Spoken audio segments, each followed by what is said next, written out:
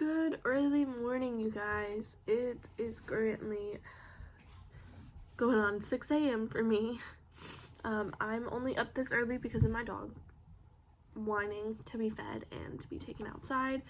So I figured I'd just stay up since I'm already up and get some stuff done around the house and read the last chapter of Killing Mr. Griffin by Lois Duncan for you guys. So that's what this video is going to be. We're going to read Chapter 19, the final chapter of this book, and then we will have officially read 7 full books this year since January to now, which is pretty amazing.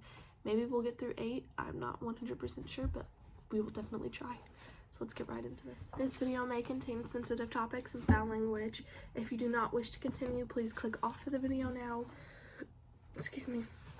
You have been warned. Chapter 19. Mrs. McConnell rapped lightly on the bedroom door and then opened it and entered without waiting for an answer. "Good news, Sue," she said. "Kathy Griffin's baby was born yesterday, and it's a boy. It's in the morning paper." "That's nice," Susan said dully. Her mother came over and seated herself on the edge of the bed. "Sue," she said, "you can't go on like this. It's been 10 days now, and it's time you began to get yourself together. We've got to discuss what happened." "I don't want to discuss it," Susan said. "I don't want to think about it. You have to.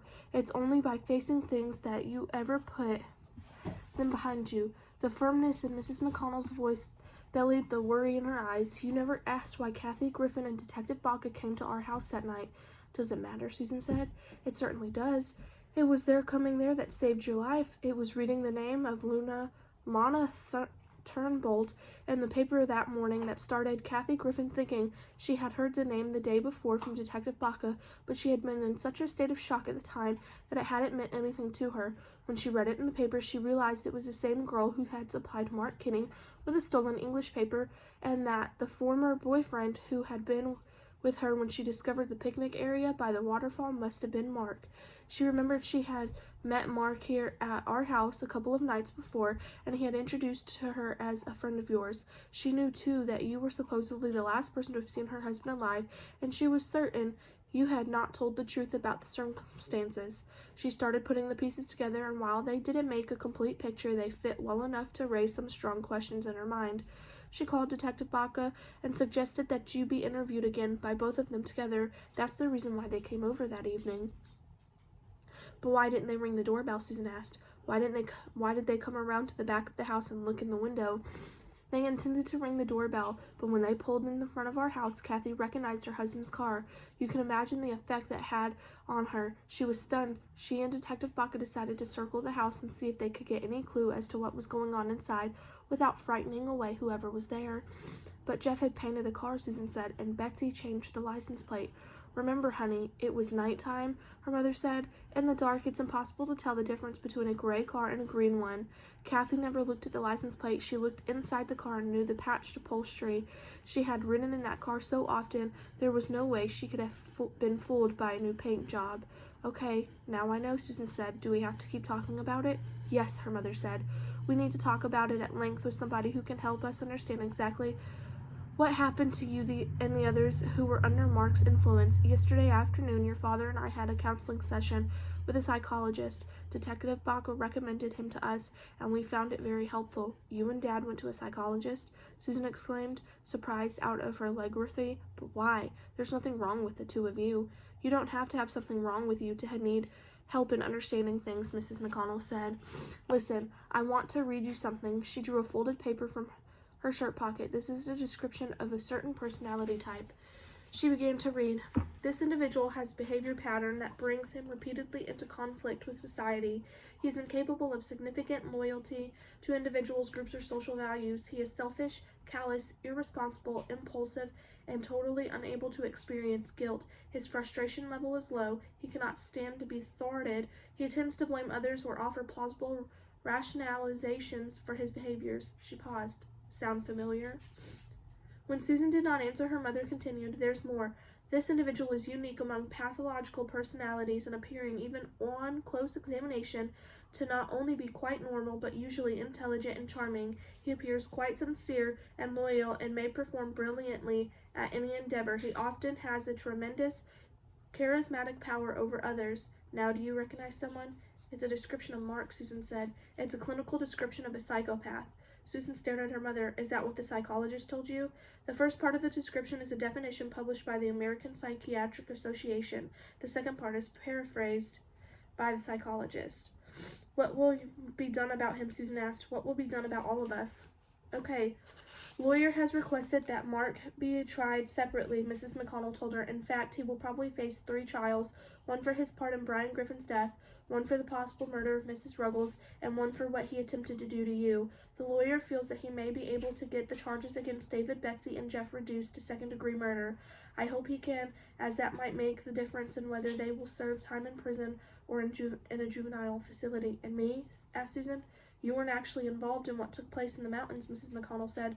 The fact is in your favor. If you agree to turn state's evidence, you might be let off. The lawyer is working on that now. Otherwise, the charge will probably be manslaughter. Does turning state's evidence mean I will have to testify against the others? You will have to go on the stand and tell the truth, her mother said. No matter how hard it is, you will have to describe exactly what happened, your part and their part, Mark's part. You will have to tell it all. I don't think I can, Susan said. You can and you must. Her mother reached over and took her hand. You'll do whatever has to be done. Meanwhile, Dad and I think it would be a good idea to get some family counseling to help us through this difficult time. Will you agree to that? The whole family, Susan asked. We're in this together, aren't we? Whatever happens to you happens to all of us.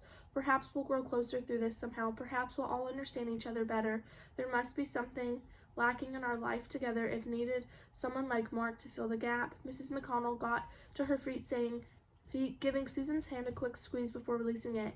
You've stayed in this room long enough. Get your hair combed and come downstairs. I want you to come with me when I go shopping for curtains. White ones, Susan said with an effort. Something darker, I think maybe taupe. After her mother left the room, Susan sat a long time, unmoving.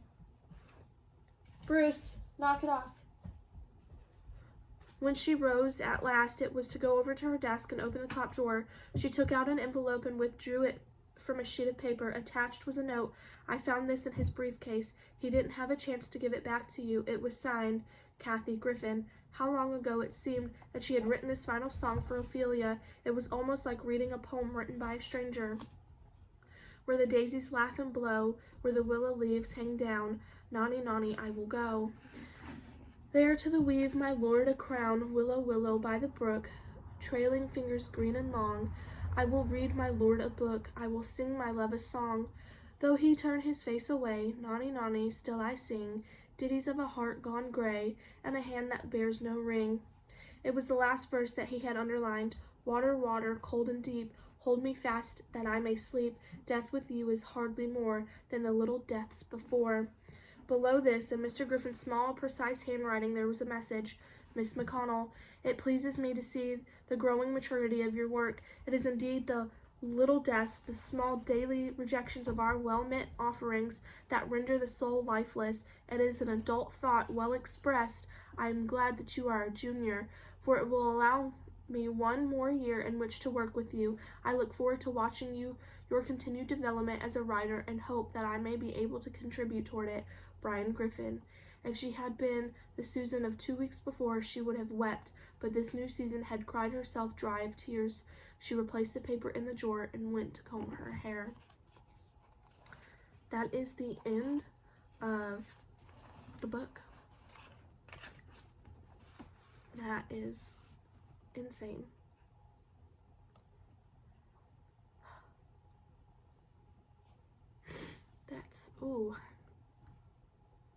That was an intense book. I feel like Susan and Dave should have ended up together. Maybe there's another book that goes along with this where they do at some point. Who knows? But that's what I feel. I feel like they should have ended up together because Dave was trying to protect her at all costs. But, you know, yeah. That was a really good book, though. I'm surprised. So, let me know what you guys think down in the comments below. And I will see you guys for the next video and book. Bye!